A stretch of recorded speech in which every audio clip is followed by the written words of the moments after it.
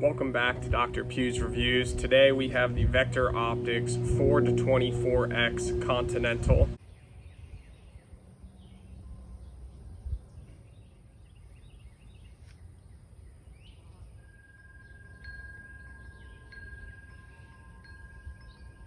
This here is a first focal plane optic. It is a 34mm tube, weighs in at about 28 ounces, and it is made of 6061 T6 aluminum, but the turrets are 7075. I did just realize that in my 1-8 Continental review, I kept saying 7075, but for all their Continental lines, it's 6061, but the turrets are 7075. In the last video too, I didn't get a good close-up on the turrets, so we'll make sure we kind of roll in some footage of that and you can get a better look at what the turrets look like and what they sound like. If you want to take a look at that, we'll show you that right now.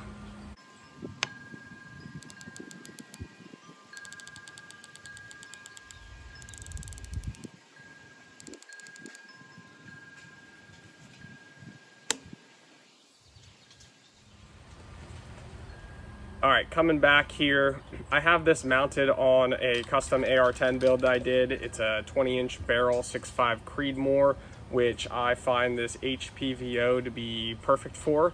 The rings are actually the ones that came with the scope. So this scope, just like the other ones that we've reviewed in the past, all come with their own rings.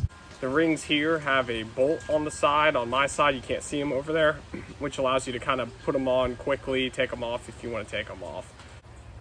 Overall, I've not had any issues with these rings. They've held zero just fine. I don't have a lot of rounds through this optic on this build, only about, I don't know, I'd say 250 or so. I did not beat this up, drop it, do anything like that, so I can't attest for it holding zero in adverse conditions, but for what I've been doing, just general bench rest shooting, it has been perfectly fine. They are held in with 6 screws on the top, which is a little reassuring, gives it a little extra support. I don't have a throw lever on this optic. I have it on their LPVOs that I've reviewed. It's sold separately, but I do highly recommend it. Turning from 4 to 24 can be a little bit tight, but that's something that I hope that will just kind of loosen up the more that you use it. So as always, let's get behind this thing and see what it looks like. Our tree that is in front of us is about 133 yards. So we will run through a 4X, 12X, and on 18X of that tree. I didn't want to zoom in too much on it just because at 133 yards it kind of becomes a little crazy if you go in much more than 18. Really, you shouldn't be doing much more than 12. It gets a little close to the image. But let's get behind it and see what it looks like.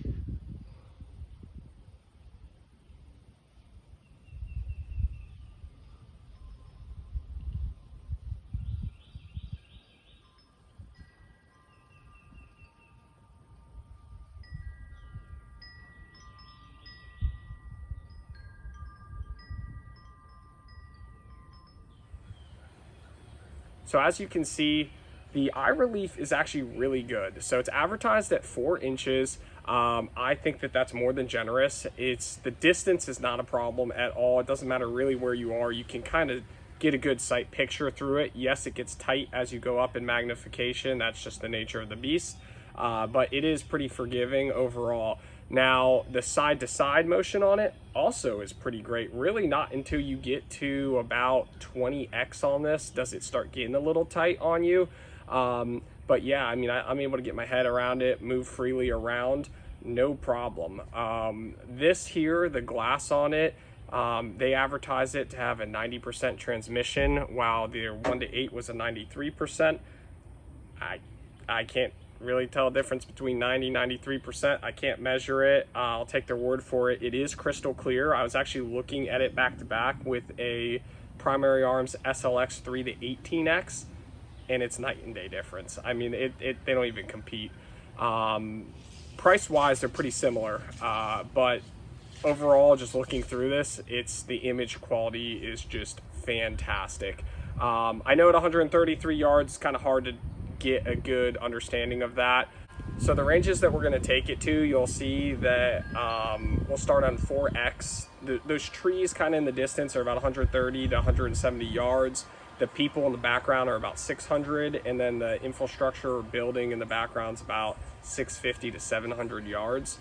So we'll take it at 4X first. You can kind of see the field of view and the clarity and the color of it. So check it out.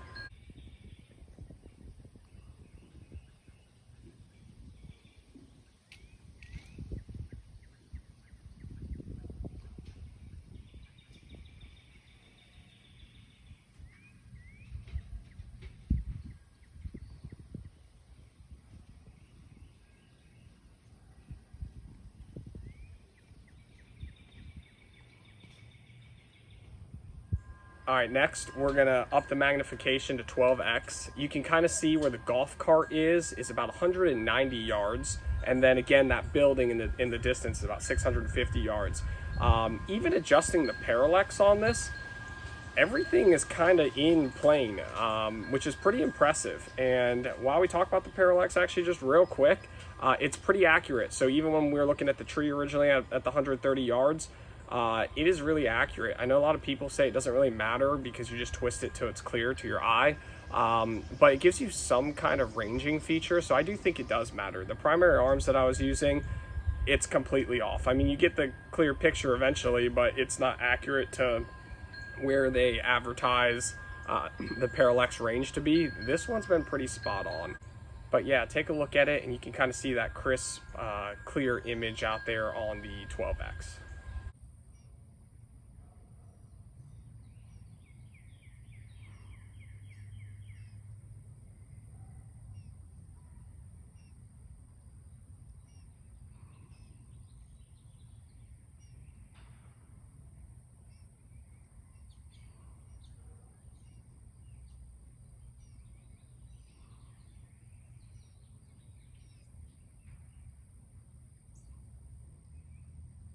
Now taking it up a notch, we're gonna go to 20X with it. So when we zoom in at 20X, you can kind of see the people are around 600 yards away, and then that building again is that 650 to 700 yards. At 20X, this is what I would say is the maximum magnification for optimal clarity on this optic. And what do I mean? The image from 20 to 24 is still crystal clear. It's not that, it's just that chromatic aberration starts to kick in at around that 20X. So you can actually see a little bit of it coming in here. When we eventually kick up the 24X, we can point it out a little bit more, but take a look at it. The image is still crystal clear, but you do get a little bit of that purple hue outlined.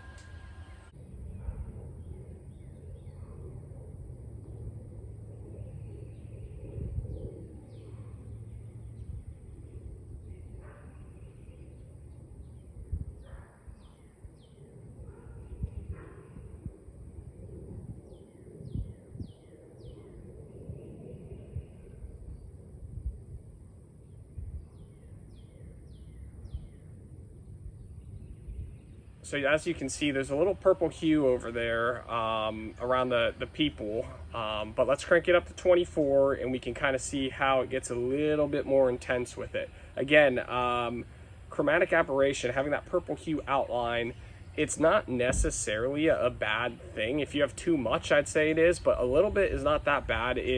you know, some say that it helps highlight, you know, whether you're hunting a deer or something like that, gives you contrast with the highlight around your target, which I guess kind of makes sense. But overall for me, I do like some, but I don't like to see a whole lot. But if you look at 24X on a really bright day, sun was out, this was filmed around 1 o'clock in the afternoon, you can really see it get pretty intense. The guy who's putting, he's at about 600 yards, and then the building is, again, that 650 to 700. Take a look.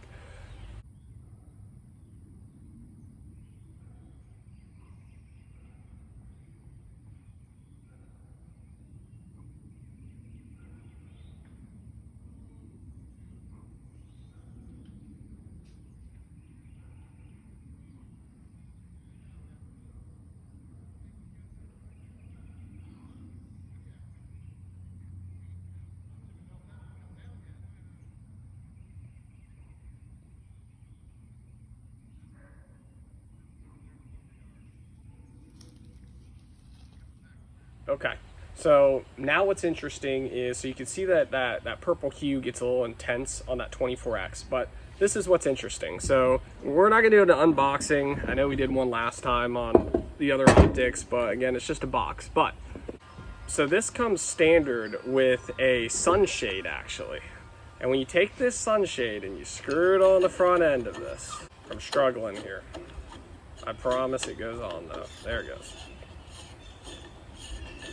All right, so once we get our sunshade screwed on there, this makes the chromatic aberration night and day better. So it's just that bright light. If you get hit in the right spot on that lens, that purple hue comes out. But once I put this on, again, we'll go back to 24X and we'll look down the range at the same image, the same guy putting, and you can kind of see, again, it's hard to tell in the video, I think, but it is night and day difference. It tames down really, really well. So check it out real quick.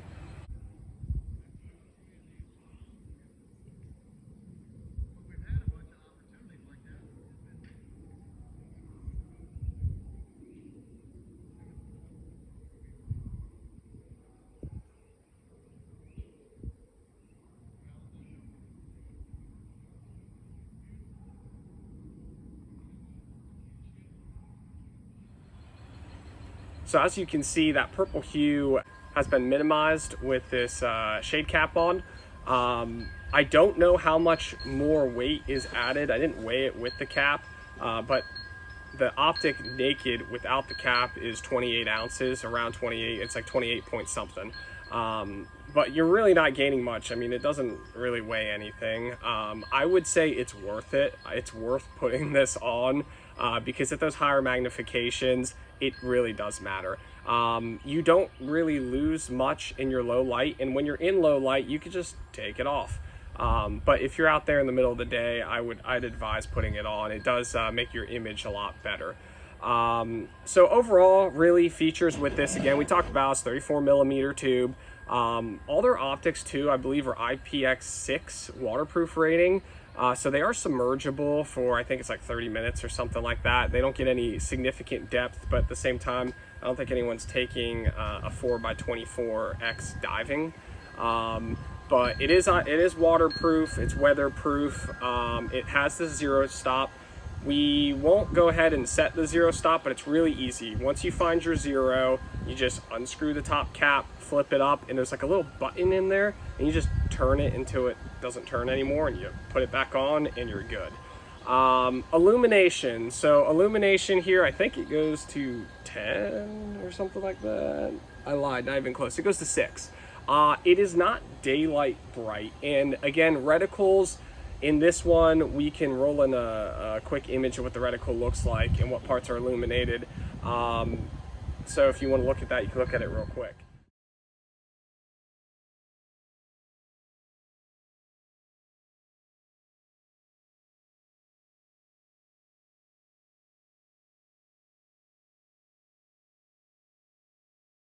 But it's not daylight bright, but it doesn't need to be because that's not the purpose of this. Again, it's first focal plane. On my HPVOs, I prefer my second focal plane, and I prefer daylight bright illumination because the 1X is important.